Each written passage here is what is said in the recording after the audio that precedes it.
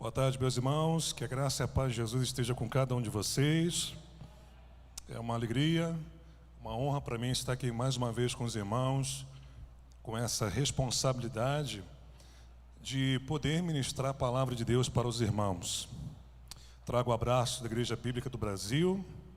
Minha esposa hoje está me acompanhando, está aqui comigo, para esse momento que nós estamos reunidos para buscar a presença de Deus e também para ouvir a palavra de Deus.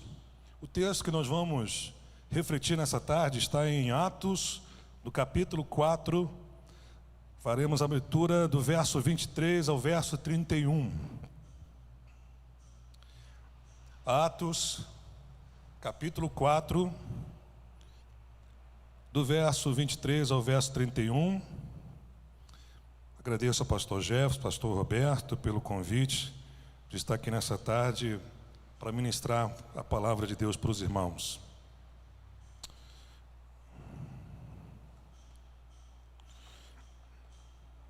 Todos acharam?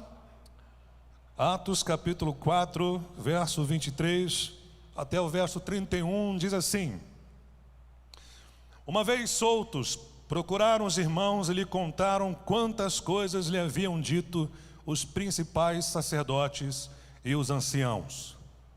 Ouvindo isto, unânimes levantaram a voz a Deus e disseram: Tu, soberano Senhor, que fizeste o céu, a terra e o mar e tudo que neles há, que disseste por intermédio do Espírito Santo, por boca de Davi nosso pai, teu servo, porque se enfureceram os gentios e os povos imaginaram coisas vãs.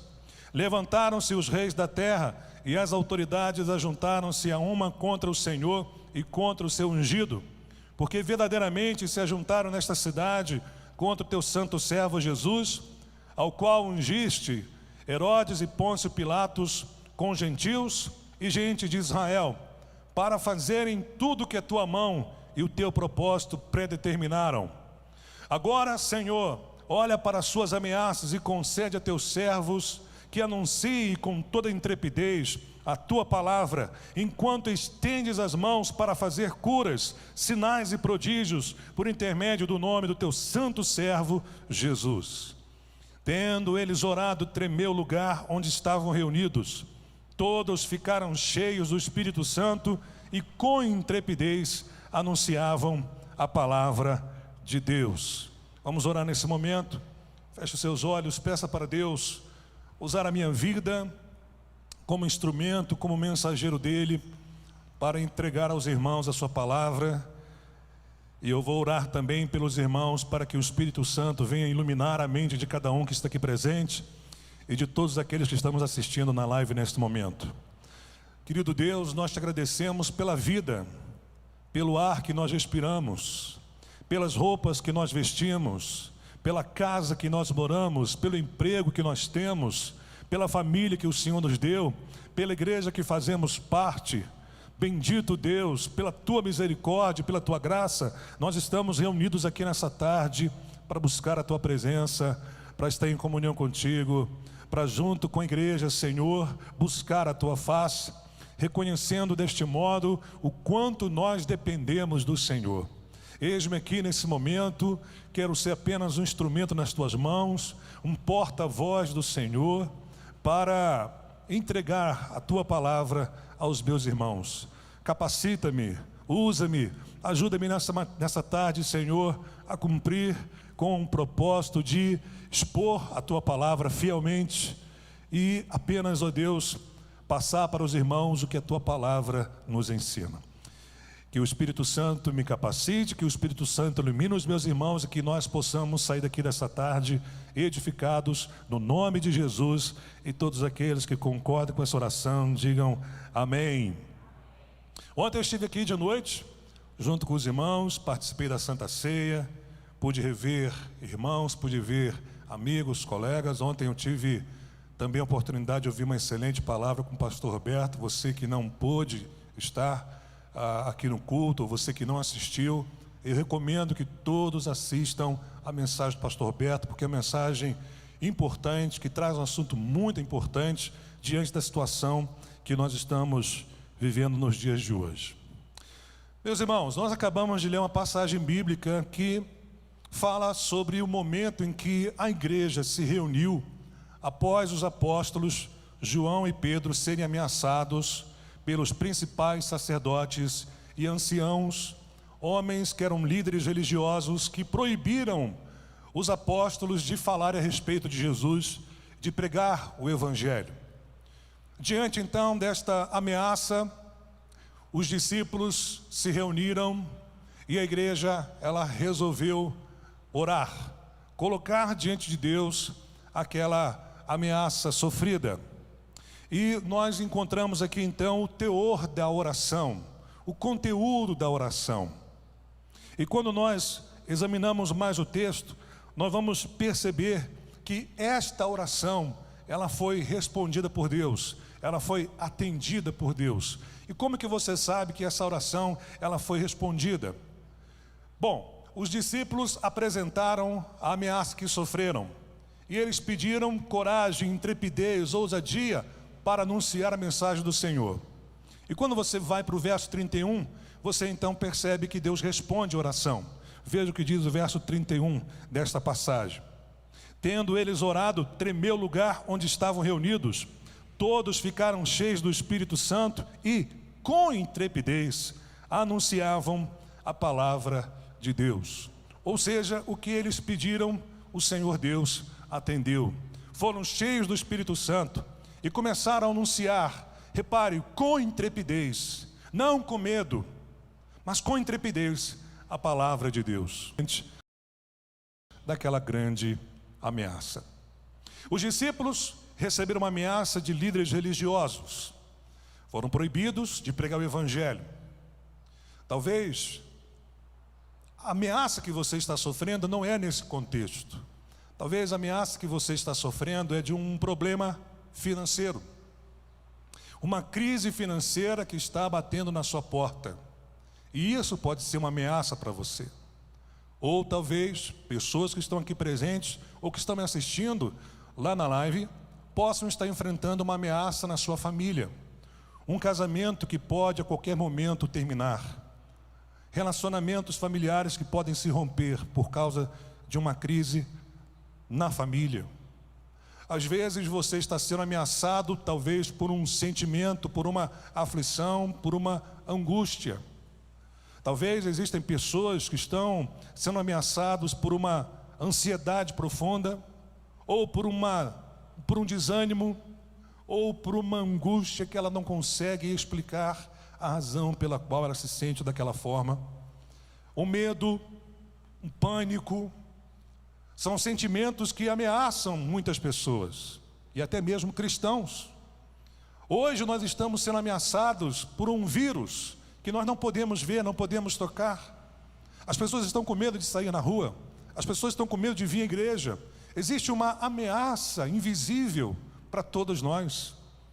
Alguns têm coragem de vir, outros não têm coragem de vir porque se sentem ameaçados. Percebe que a sua saúde está ameaçada. Eu não sei qual é a ameaça que você está sofrendo. Eu sei que todos nós temos uma ameaça. Tudo aquilo que tira a nossa segurança, que traz receio ao nosso coração, que nos deixa preocupados, isso é uma ameaça. E os discípulos, diante daquela ameaça, o que eles fizeram para Deus responder à sua oração? Temos aqui diante de nós uma oração respondida. E o tema que eu quero tratar nessa noite, nessa tarde com os irmãos é: Deus responde a oração de quem? Quem o Senhor vai responder quando essa pessoa orar? Temos aqui um grupo de cristãos reunidos que oraram e Deus ouviu a oração desse grupo. Quando então Deus, Ele responde às nossas orações? Eu quero então de uma maneira bem breve e objetiva trazer essas verdades para os irmãos, para que nós sejamos animados pela palavra de Deus a orar, mas a orar da forma certa, a orar de um modo que Deus responda a nossa oração, porque todos nós queremos que Deus responda a nossa oração, não é verdade, meus irmãos? Todos nós desejamos isso. Eu quero que Deus ouça a minha oração e responda o meu clamor, mas eu preciso ver alguns detalhes importantes nesta oração para que realmente a minha oração seja atendida pelo Senhor.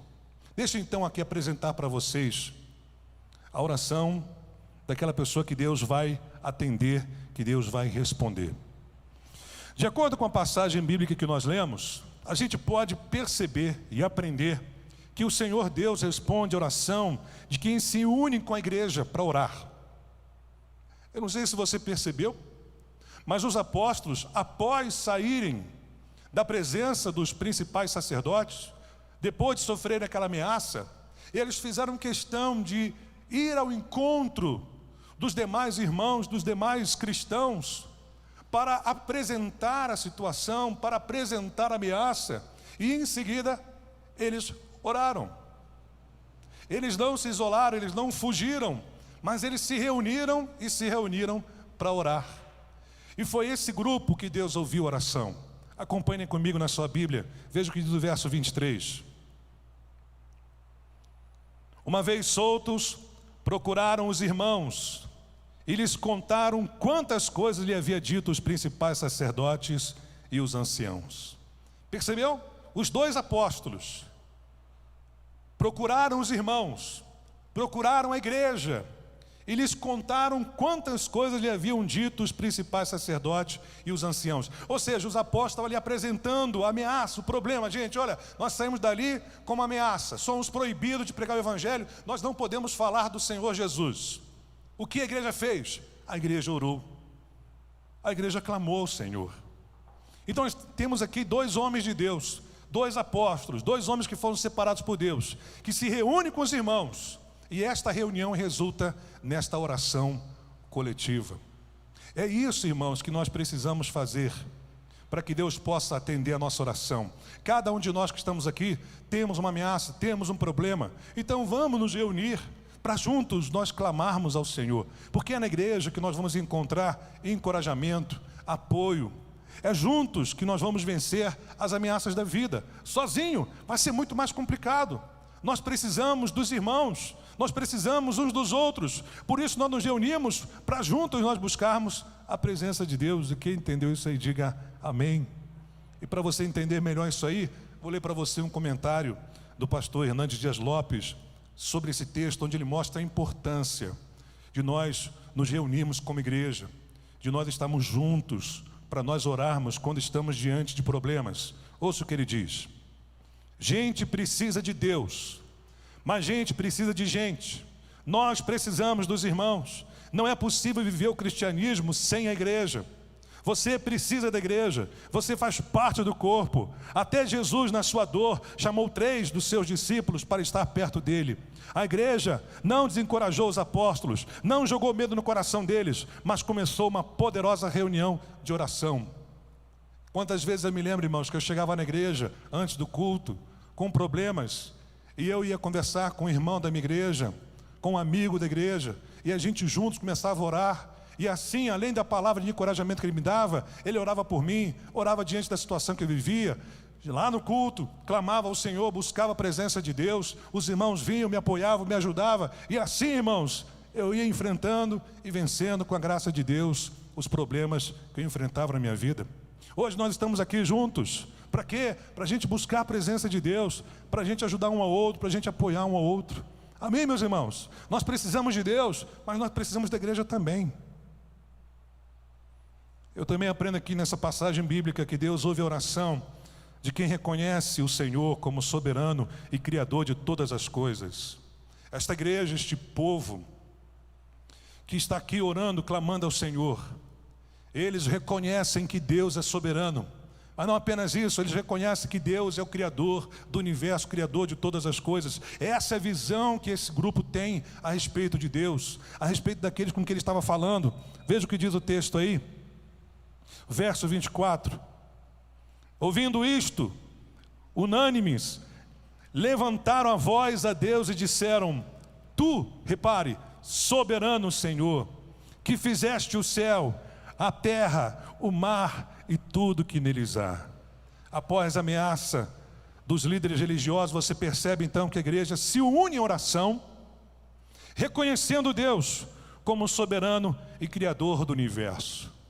É importante você lembrar, trazer à sua memória quando você está diante de um grande problema, diante de uma ameaça, que o teu Deus, Ele é soberano, que Ele governa todas as coisas, que Ele é o Senhor dos senhores, que Ele está sentado no mais alto e sublime trono, e que dali Ele governa todas as coisas. Os homens podem te ameaçar, os problemas podem te ameaçar, mas existe um Deus que tem o controle de todas as coisas. Amém, meus irmãos? É este Deus que nós buscamos, que nós servimos, e é nesse Deus que nós temos que confiar, e é esse Deus que nós temos que nos dirigir, sempre reconhecendo que Ele é o soberano sobre toda a terra. Por isso a igreja começa dizendo: Tu, soberano Senhor. Nós somos apenas servos, nós somos apenas criaturas de Deus, nós somos filhos de Deus, mas Ele é o soberano, Ele é o Senhor, e é Ele que tem que ser honrado, é Ele que tem que ser glorificado, e o seu senhorio, a sua soberania precisa ser reconhecida por cada um de nós. São pessoas assim, que enxergam a soberania de Deus, que Deus ouve a oração, que Deus responde. Em terceiro lugar, eu aprendo aqui também, meus irmãos, que Deus, Ele ouve a oração de quem reconhece a Escritura como um livro inspirado por Ele. Esse livro que nós temos em nossas mãos não é um livro qualquer, é a palavra de Deus, é fruto da inspiração divina. E quando a igreja estava orando, eles citaram um texto da Escritura Sagrada. E note que coisa interessante, a maneira como eles comentam a respeito da Escritura mostra a visão que eles tinham da palavra de Deus. Veja o que diz o verso 25 e 26. Que disseste por intermédio do Espírito Santo, que disseste tu, Senhor, por intermédio do Espírito Santo, por boca de Davi, nosso pai, teu servo. Porque se enfureceram os gentios e os povos imaginaram coisas vãs? Levantaram-se os reis da terra e as autoridades ajuntaram-se uma contra o Senhor e contra o seu ungido. Os discípulos estão citando Salmos capítulo 2, onde registra esse texto, que para a igreja é um texto que foi inspirado pelo Espírito Santo. Deus é o autor da Escritura Sagrada. Esse livro é sagrado, esse livro é santo, esse livro tem inspiração divina. E eles entendem que Davi foi inspirado pelo Espírito Santo para trazer essa palavra. E eles estão falando de algo que já aconteceu. Homens de autoridade se levantaram contra o Senhor, o mataram, o crucificaram. O Senhor Jesus foi vítima de uma injustiça, de uma oposição de autoridades, mas isso já estava predito na Escritura. Você percebe então que aqueles que estão falando com Deus são pessoas que reconhecem a Escritura como autoridade máxima na igreja, um livro inspirado por Deus. É de gente assim que Deus ouve a oração, que cita a sua palavra, que reconhece que os acontecimentos passados já tinham sido predito na palavra de Deus, e que as coisas que estão acontecendo não é novidade. Tudo isso que nós estamos vivendo hoje, irmãos, não é novidade. A Bíblia já vem predizendo já que os dias serão maus, os dias serão piores, a oposição contra a igreja vai crescer, o inimigo vai se levantar, o anticristo vai aparecer, as coisas vão piorar para a igreja, mas o Senhor continua no controle de todas as coisas, e quem crê nisso, diga amém. Também eu percebo aqui nessa passagem, meus irmãos, que Deus, Ele ouve a oração de quem enxerga a sua providência na história. Olha que coisa interessante, esse povo fala com Deus, mas está unido com a igreja. Esse povo fala com Deus que é soberano. Esse povo fala com Deus que inspirou a Escritura Sagrada. E esse povo fala com Deus que escreve, que age e que finaliza a história, porque reconhece a providência divina na história. Olha o que eles dizem no verso 27 e 28. Porque verdadeiramente se ajuntaram nesta cidade contra o teu servo Jesus, ao qual ungiste Herodes e Pôncio Pilatos, com gentios e gente de Israel, para fazerem tudo, repare, o que a tua mão e o teu propósito pré-determinaram. Ou seja, a igreja estava reconhecendo que aquilo que aconteceu, o que a Bíblia tinha predito pela boca de Davi, havia acontecido quando Pôncio Pilatos e Herodes se uniram junto com o povo de Israel para matar o Senhor Jesus. E o fato de Jesus ter morrido na cruz era algo que foi predeterminado por Deus. Deus escreveu aquilo. Aquilo tinha que acontecer. Aquilo era um plano de Deus para a salvação do homem, do pecador. E aconteceu, e é isso que a igreja está falando com o Senhor. Logo, então, você percebe, nessas palavras, que a igreja, ela entende que o Deus a quem ela está falando, com quem ela está falando, para quem ela está pedindo, é um Deus que escreve a história, que age na história, que governa a história, que finaliza a história. Deus, ele vai cumprir o seu propósito. Quem crê nisso, diga amém. É esse Deus, irmãos, que esse povo estava se dirigindo. E é esse tipo de pessoa que Deus, ele ouve e responde a oração. Pessoas que reconhecem que Deus tem o governo de todas as coisas e que age em todas as coisas. Hernandes Dias Lopes faz um pequeno comentário que vale a pena você ouvir. Ele diz: a soberania de Deus não anula a responsabilidade humana. Os homens mataram o Senhor Jesus, portanto eles têm responsabilidade. Mas ele vai dizer: nem a maldade humana frustra os soberanos propósitos divinos. Os discípulos entendiam que aquilo que aconteceu com Jesus era um plano de Deus sendo cumprido, feito pelos homens. Logo eles são responsáveis. Mas o propósito de Deus não foi frustrado, o propósito de Deus foi cumprido. A vontade de Deus se cumpriu. Eles tinham em mente que aquela ameaça não iria frustrar os planos de Deus. Aquela oposição que eles estavam enfrentando, os religiosos, não iriam frustrar os planos de Deus.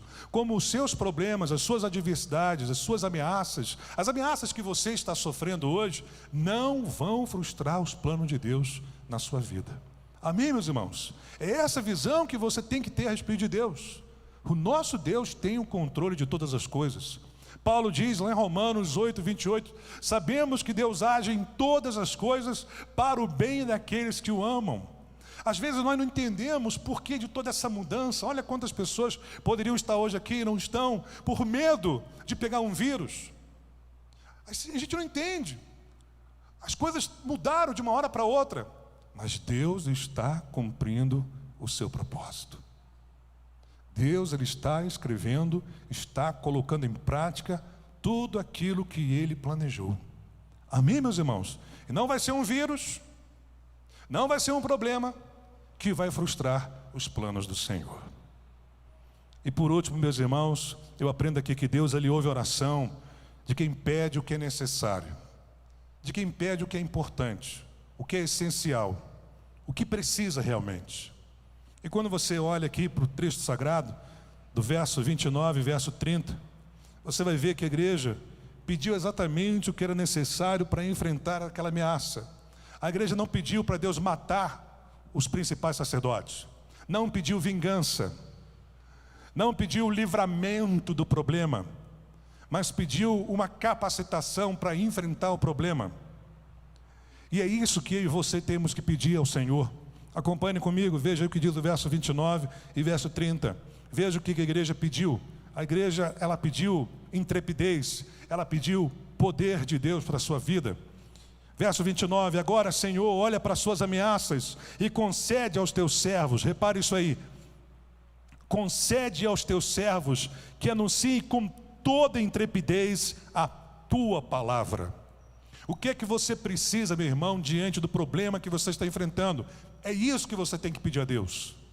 Às vezes o que você precisa é de coragem, às vezes é de força, às vezes é de graça, às vezes é de sabedoria. Peça a Deus o que você precisa diante da ameaça que você está sofrendo. O que os discípulos precisavam diante do problema? Coragem, intrepidez. Foi isso que eles pediram. E se existe alguma coisa que está amedrontando você, peça a Deus para Deus te dar ousadia, intrepidez, coragem. Mas veja também o que diz o verso 30. Eles pediram, enquanto estende a mão para fazer curas, sinais, prodígios, por intermédio do nome do teu santo servo Jesus. Sabe o que eles estavam pedindo aqui, igreja? Poder de Deus. Senhor, manifesta o teu poder, opera sinais, opera prodígios, opera maravilhas por meio do nome do teu santo servo Jesus. Cura os enfermos, liberta os oprimidos, realiza milagres para o teu nome ser glorificado, para o teu nome ser exaltado. Eles precisavam de coragem, eles precisavam de poder. Qual foi a resposta da oração? Eles ficaram cheios do Espírito Santo e anunciavam corajosamente a palavra de Deus. Deus deu àquele povo o que eles precisavam. E Deus também é poderoso, meus irmãos, para nos conceder aquilo que nós precisamos. E quem crê nisso, diga amém. O comentarista bíblico Warren disse o seguinte no seu comentário: a verdadeira oração não consiste em dizer a Deus o que fazer, mas em pedir que Deus faça a sua vontade em nós e por meio de nós. Repare isso, é pedir que a vontade de Deus seja feita na terra, não que a vontade humana seja feita no céu. Nossa, vou ler mais uma vez para você memorizar, hein? Você guardar aí no coração. A verdadeira oração não consiste em dizer a Deus o que fazer, mas em pedir que Deus faça a sua vontade em nós e por meio de nós. É pedir que a vontade de Deus seja feita na terra, não que a vontade humana seja feita no céu. A gente precisa aprender a orar, né, meus irmãos? A gente não pode fazer da oração um instrumento onde a gente vai usar Deus para atingir os nossos fins. Mas a gente vai usar a oração para que Deus faça a sua vontade, cumpra a sua vontade em nós. E por que ele faz esse comentário? Porque a vontade de Deus é que os discípulos pregassem o Evangelho. Mas a vontade dos principais sacerdotes é que eles não pregassem o Evangelho. O que então os discípulos precisavam para pregar o Evangelho? Intrepidez, poder. O que eles pedem? Intrepidez, poder. Para quê? Para fazer a vontade deles? Não, para fazer a vontade de Deus. Nós oramos, irmãos, para pedir a Deus que nos ajude a fazer a vontade dEle. E o Senhor Jesus nos ensinou na oração do Pai Nosso. Primeira coisa: Pai nosso que estás nos céus, santificado seja o teu nome. Venha a nós o teu reino e seja feito o que, gente? A tua vontade. Nós oramos, meus irmãos, para que a vontade de Deus seja feita aqui na terra, e não para que a nossa vontade seja feita lá no céu. Isso quer dizer que a oração ela tem que ser teocêntrica. Deus tem que estar no centro da nossa oração e não a gente. É por isso que muitas vezes Deus não atende a nossa oração, porque a nossa oração é egoísta, ela é humanista, ela está pensando apenas nela. Mas nós temos que pensar no plano de Deus, no propósito de Deus. Por isso é que eu entendo que Deus ele ouve a oração de quem pede o que é necessário para que a vontade dele seja realizada. Quem entendeu, diga amém. E é isso que eu quero convidar você a fazer nessa tarde. A orar. Mas orar com a igreja. Você que está aí nos assistindo na live, venha estar com a gente. Venha estar no próximo encontro. Os apóstolos se uniram junto com a igreja e acabou ocorrendo a reunião de oração. Venha estar na próxima segunda-feira orando junto com a igreja. Isso é importante para você, é importante para a igreja. Isso agrada a Deus. Isso é muito bom, gente. E diante das ameaças que você está sofrendo, busque a presença de Deus. Mas busque desse jeito aqui, como a igreja buscou, reconhecendo a soberania de Deus, enxergando a inspiração divina na palavra de Deus, compreendendo que Deus governa todas as coisas e age em todas as coisas, está escrevendo a história. Amém, meus irmãos? Vamos então ficar de pé. Quero agradecer a sua atenção. Medite depois em casa sobre essa passagem. Deus com certeza vai falar muito mais ainda com você. Feche seus olhos. Deixa eu orar por você nesse momento.